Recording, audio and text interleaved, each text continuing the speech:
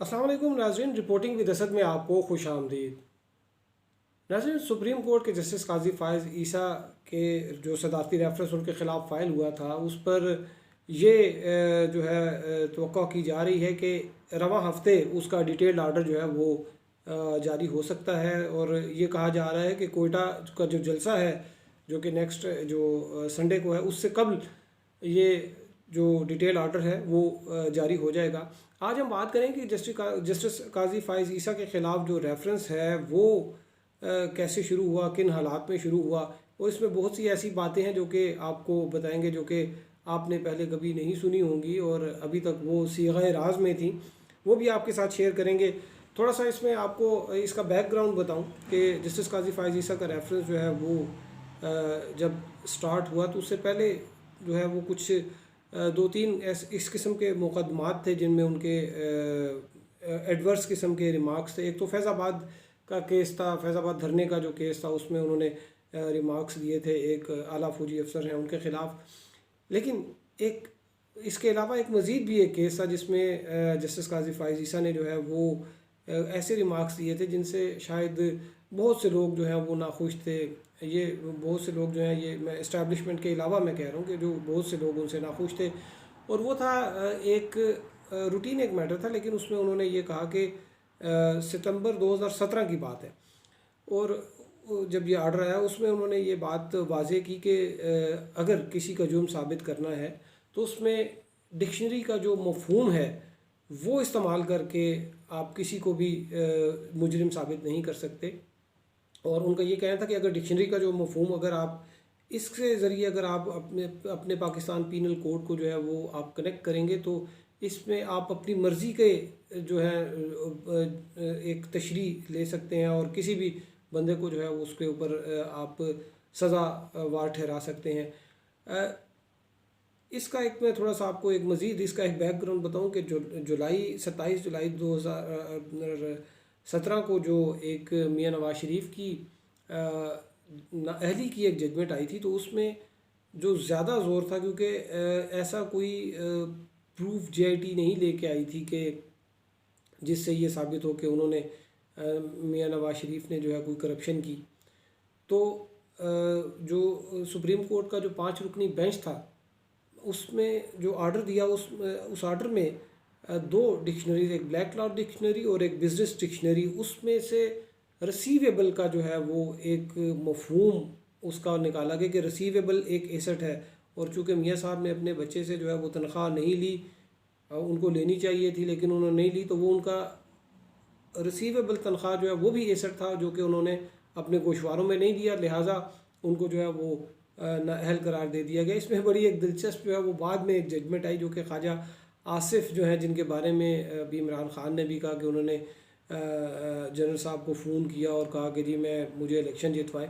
तो ख्वाजा आसिफ साहब को जब इस्लामाबाद हाई कोर्ट ने नाअहल करार दिया था इसी तनाज़र में कि उन्होंने अपने एसेट्स जो हैं उनको डिक्लेयर नहीं किया, तो सुप्रीम कोर्ट ने उन्हें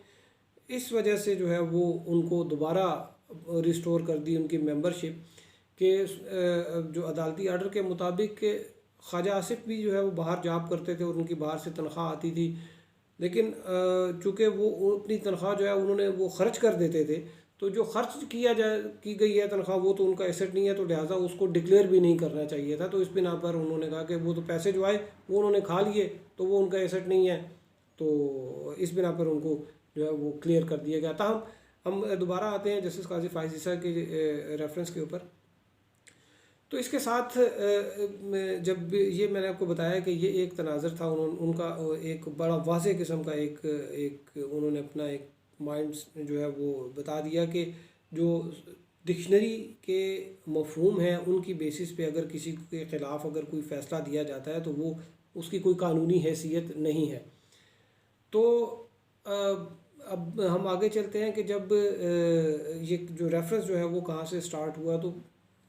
जब इस किस्म की चीज़ें होती हैं तो गवर्नमेंट भी देखती है कि क्या अब आगे करना चाहिए। तो ये मार्च 2019 की बात है कि ऑर्गेनाइजेशन फॉर इकनॉमिक डेवलपमेंट एक इदारा है जिसमें 2016 में पाकिस्तान इसका सिग्नेटरी बना।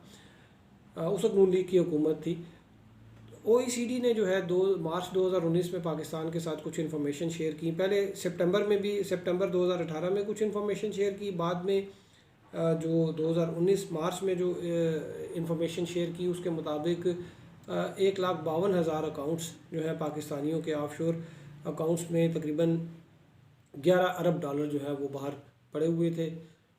ये मामला देख रहा था वज़ीर आज़म का जो एसेट्स रिकवरी यूनिट था जिसको शहजाद अकबर हेड कर रहे थे, वो ये ARU ये मामला देख रहा था। शहजाद अकबर साहब के साथ डॉक्टर इशफाक जो कि अभी इनलैंड रेवेन्यू के मेंबर इनलैंड रेवेन्यू FBR हैं वो भी थे, उसको को डायरेक्टर जनरल थे FBR के, और एक FIA के अफसर हैं जसकानी साहब, वो भी उनके साथ थे। तो बहरहाल जब ये इतनी बड़ी तादाद में जब उनको ये इंफॉर्मेशन मिली कि इतने ज़्यादा इतने अरब डॉलर जो है वो बाहर पड़े हुए हैं, तो इब्तदाई तौर पर जो है फेडरल इन्वेस्टिगेशन एजेंसी को जो है इसमें इंगेज किया गया और उनसे कहा गया कि ये हमारे पास इंफॉर्मेशन आई है, तो आप इसमें क्या कर सकते हैं।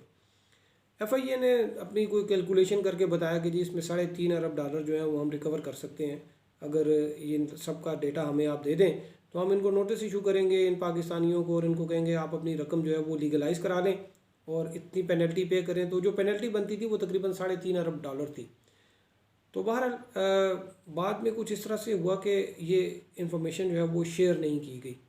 FIA के साथ। उसकी जो है वो बहुत सी वजूहत होंगी, लेकिन जो हमारे इल्म में 2 वजूहत आई हैं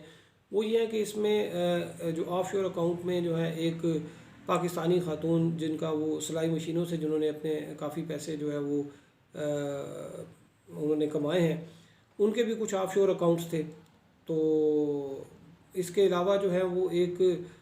सुप्रीम कोर्ट के जज जस्टिस काजी फ़ाइज़ ईसा, उनकी अहलिया की भी जो है वो बाहर प्रॉपर्टी जो है वो ऑफशोर अकाउंट्स जो है वो इसमें जो है वो डिस्क्लोज़ हुए थे। तो जब FIA ने फर्दर इसके ऊपर जब कार्रवाई करनी चाहिए तो FBR ने इंफॉर्मेशन उनके साथ शेयर नहीं की और उनको कहा कि अभी आप वेट करें। ताहम बाद में FIA को दोबारा इंगेज किया गया और कहा गया कि आप ये हमने इंफॉर्मेशन ली है जस्टिस काजी फ़ाइज़ ईसा के ख़ानदान से मुतल्लिक, आप इसके ख़िलाफ़ आप इस पर इंक्वायरी करें जज साहब के ख़िलाफ़। तो FIA के जो अफसरान थे उन्होंने जो है वो राइटली इसको जो है रिजेक्ट कर दिया, और ये उनका कहना था कि जो जजेस के एहतसाब का तरीका है, अकाउंटेबिलिटी का तरीका, वो आर्टिकल 209 में जो है वो दिया गया है। सुप्रीम जुडिशल काउंसिल जो है वो उस पर प्रोसीड करती है और प्रेसिडेंशियल रेफरेंस आता है, उसके बाद सुप्रीम जुडिशल काउंसिल जो है वो जजेस के ख़िलाफ़ जो है प्रोसीडिंग स्टार्ट करती है। तो इनका ये FIA वालों का ये भी कहना था कि अगर इस किस्म की अगर वो एक वफाकी तहकीकाती इदारा किसी सुप्रीम कोर्ट के हाजिर सर्विस जज के ख़िलाफ़ इस किस्म की इंक्वायरी करे तो तौहीन अदालत का भी सामना करना पड़ सकता है और जेल भी जाना पड़ सकता है। तो इस बिना पर जो है वो FIA ने जो है वो माजरत इख्तियार कर ली। ताहम उसके तकरीबन 1 माह बाद मई की बात है, अप्रैल मई की बात है, ये एक गुमनाम सहाफ़ी वहीद डोगर, उनकी जानिब से एक दरख्वास्त जाती है ये और कंप्लेंट जाती है, और उस कंप्लेंट को जो है वो प्रेसिडेंशियल रेफरेंस जो है वो उस कंप्लेंट की बेस पे वो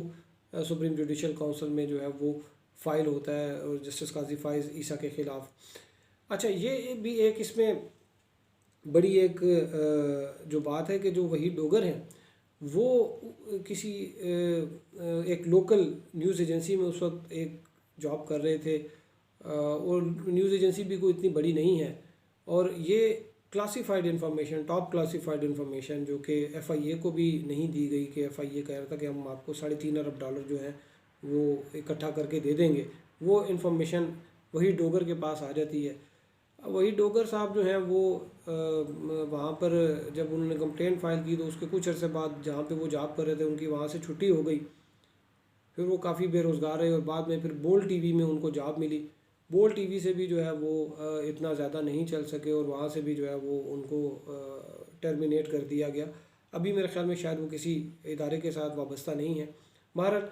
तो ये रेफरेंस जो है वो सुप्रीम कोर्ट में जो है वो फ़ाइल कर दिया गया था। इसमें मैंने एक जैसे आपको बताया कि जस्टिस काजी फ़ाइज़ ईसा जो है वो उनका एक अपना एक व्यू है, वो अपनी चीज़ों को अपने अंदाज में भी देखते हैं। तो सुप्रीम कोर्ट के जजेस के साथ भी बाज़ औक़ात उनके जो है वो इख्तलाफात जो हैं वो अखबारों में भी आते रहे हैं। एक तो ये था कि जब जस्टिस साकिब निसार थे, उन्होंने सो मोटो नोटिस एक लिया था एक मामले पर पेशावर में, तो काजी फ़ाइज़ ईसा जो हैं वो